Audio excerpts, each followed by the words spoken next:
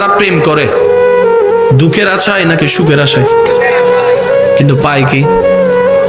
দুঃখ পায়, যন্ত্রণা পায়, টেনশন পায়, অপমান পায়, লজ্জা পায়। অনেকে তো এমন আছে এই প্রেমে সেকা খেয়ে বেকা হয়ে নেশার মধ্যে গিয়ে নিজের লাইফটাও শেষ করে দিচ্ছে।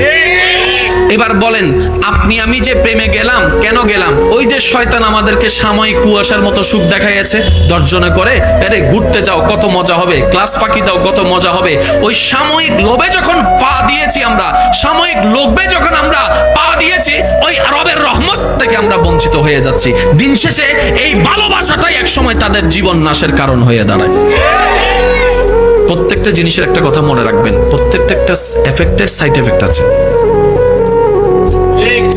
আমার কথায় কষ্ট নিবেন না, যুবক ভাইয়ের একটা আওয়াজ দিবেন আমাকে, কারণ এগুলো জানা দরকার, বোঝা দরকার বলে আমি মনে করি। সবচেয়ে মারাত্মক রোগের মধ্যে একটা রোগ আছে না, এইডস। জোরে বলেন না। এখন না হয় অনেক ইজি হয়েছে, একটা সময় কিন্তু খুব ভয়ানক রোগ ছিল এইডস। এই এইডস রোগটা যেই সব কারণের মাধ্যমে প্রতিস্থাপিত হয়, তার মধ্যে একটা হচ্ছে অবৈধ মেলামেশা। এবার বলেন, অবৈধ মেলামেশাও যেরকম মেলামেশা, স্বামী স্ত্রীর মেলামেশা অত মেলামেশা। এই পর্যন্ত তো কোনোদিন স্বামী স্ত্রীর মেলামেশায় এইডস হয়েছে বলে জানা যায় না। সুবহানাল্লাহ বলে না। বয়ফ্রেন্ড গার্লফ্রেন্ডেরটাও মেলামেশা, নাউজুবিল্লাহ, কিন্তু স্বামী স্ত্রীরটাও তো মেলামেশা। স্বামী স্ত্রীর মেলামেশার কেন তো এইডস হয় নাই? তাহলে বুঝতে হবে মেলামেশা নার উপরে নির্ভর করে না। আল্লাহর রহমত যেখানে, সেখানেই সুখ আছে, সেখানেই শান্তি আছে। আর আল্লাহর রহমতটাকে যখন আমরা ডিনে করি, তখনই আমরা মূলত নিজের জীবনকে নষ্ট করি। আমি ছোট্ট ভাই হিসেবে একটা কথা বলি আপনাদেরকে, আমাদের জীবনের সমস্ত দুঃখ কষ্টের কারণকে যদি আপনি নিজের জায়গা থেকে একটু অবজারভেশন করেন, তাহলে দেখবেন আমরা যতই আল্লাহ এবং রসুলের বিধান থেকে নিজেদেরকে দূরে সরিয়ে নিচ্ছি, আমাদের জীবন তত জাহান্নাম হয়ে যাচ্ছে। জীবনে দুঃখ কষ্ট কোন জায়গায় কেন আসে জানেন? যখনই দেখবেন আমাদের ইচ্ছার সাথে আল্লাহর ইচ্ছার মিল নাই, এটাই দুঃখ, এটাই কষ্ট। যখনই আল্লাহর ইচ্ছার সাথে, আল্লাহর চাওয়ার সাথে আমাদের ইচ্ছাকে আমরা একমত পোষণ করে ফেলতে পারবো আলহামদুলিল্লাহ বলে, ওই না চাওয়াটাই সুখ হয়ে যাবে। বলেন সুবহানাল্লাহ।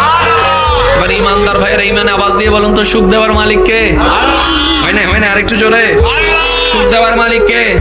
শান্তি দেওয়ার মালিক কে? রিজিক দেওয়ার মালিক কে? হায়াত দেওয়ার মালিক কে? সুস্থ দেওয়ার মালিক কে? ওনাকে খুশি করাই আমাদের কাজ। যদি আমরা চালাক হই, যদি আমরা বুদ্ধিমান হই, ওনাকে খুশি করব যেখান থেকে বরাদ্দ আসে। আমরা ওনাদেরকে খুশি করার দরকার নাই যারা আমাদেরকে ঠেলে ঠেলে জাহান্নামে নিয়ে যাবে। মানে না মানে কবরে যাইতেই হবে, উপায় নেই। মানে না মানে ইচ্ছা হোক না হোক, আজরাইলের সাথে দেখা করতে দ্বিতীয় কোনো উপায় নাই। সারা জীবন থাকতে চাইলেও সবাই যদি 10 লাখ টাকা করে গোশও দিই, কেউ আমাদেরকে মরার পরে 2 দিন রাখবে না, যা ফোঁসা বাসি অনসহ্য করে দেয়। মন না চাইলেও কবরে থাকতে, আবার মন না চাইলেও সাদা কাপড় পরতে। তাহলে আপনি আমি কিছু কিছু জায়গায় অপারক, আমি শ্রদ্ধার সাথে বলছি, কিছু কিছু জায়গায় আমরা অপারক, যেখানে আমাদের দ্বিতীয় কোনো চয়েস নাই, অপশন নাই।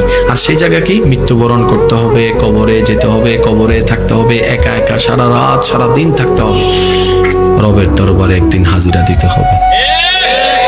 তাহলে আমরা যদি সত্যিকার চালাক হই, বুদ্ধিমান হই, আমরা সেই জায়গায় প্রস্তুতি নিব যে কিভাবে রবের সামনে দাঁড়ালে অন্তত কিচ্ছু বলতে না পারলো এতটুক বলতে যেন পারি, ইয়া রব, পারি নাই তোমার হুকুম যথাযথ পালন করার জন্য, তবে আমি বুঝ হওয়ার পর থেকে আমি চেষ্টাই লেগেছিলাম তোমার হুকুম পালন করার জন্য, তোমাকে খুশি করার জন্য। সুবহানাল্লাহ।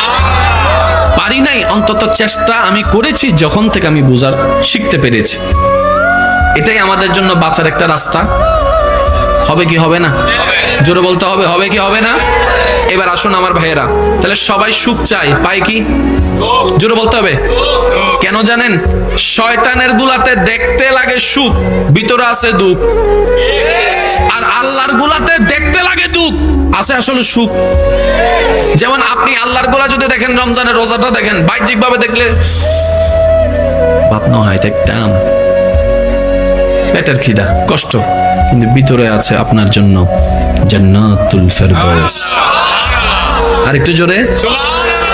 আপনি দুপুর বেলা বুকটা ফেটে যাচ্ছে তৃষ্ণায়, রোজা রাখলে তো পানির কষ্ট, ওদিকে আপনাকে হাউজে কৌসারের পানি আপনাকে ডাকছে। বাহ্যিক দিক থেকে আল্লাহর বিষয়গুলোতে দেখবেন সুখ নাই, শান্তি নাই, মজা নাই, আনন্দ নাই, এনজয় নাই। কিন্তু আপনি যদি শয়তানের গালে লাথি মেরে কোন রকম এই কাজগুলা করতে পারেন এবং এটাতে অটল থাকতে পারেন, এতটুকু মনে রাখবেন, পরকালে তো পাবেন বেগাইরে হিসাব, দুনিয়া তো আল্লাহ পাক আপনাকে বঞ্চিত করবেন এমন নিয়ামত দান। এবার আসেন, আমরা যারা 2023 সালে আসি, আমাদেরকে কেউ মনে রাখবে মরার পরে? আপনি কয়জনের মনে রাখছেন আপনার আত্মীয় স্বজন? দাদার নামই একখানা মনত আছে আর গিয়ে,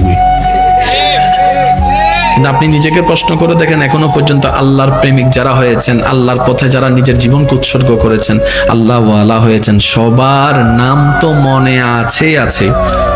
শ্রদ্ধার সাথে মানুষ মনে করে, আগে নাম বলার আগে হযরত বলে, শেষে রহমতুল্লাহ আলাইহি বলে। আপনি একটু ভেবে দেখেন বিষয়টা। নারী জাগতির উজ্জ্বল নক্ষত্র হযরত রাবিয়া বসরি। রাবিয়া বসরি নামটা আসলেই আমাদের মুসলিম নরনারীর অন্তরে একটা শ্রদ্ধা চলে আসে। কোন নারী জাতি আসলে তো মানুষের মনে আমাদের লোভে না কাজ করার কথা, প্রেম করার একটা শখ জাগার কাজ করার কথা, বরং ওনার জীবনীটা এমন জীবনী হয়েছে মানুষের অন্তরে যখনই নামটা আসে শ্রদ্ধায় অন্তর ঝুঁকে পড়ে। কেন হলো? উনি রবের দিকে ঝুঁকে গেলেন, সৃষ্টি জগৎ ওনার দিকে ঝুঁকে গেল।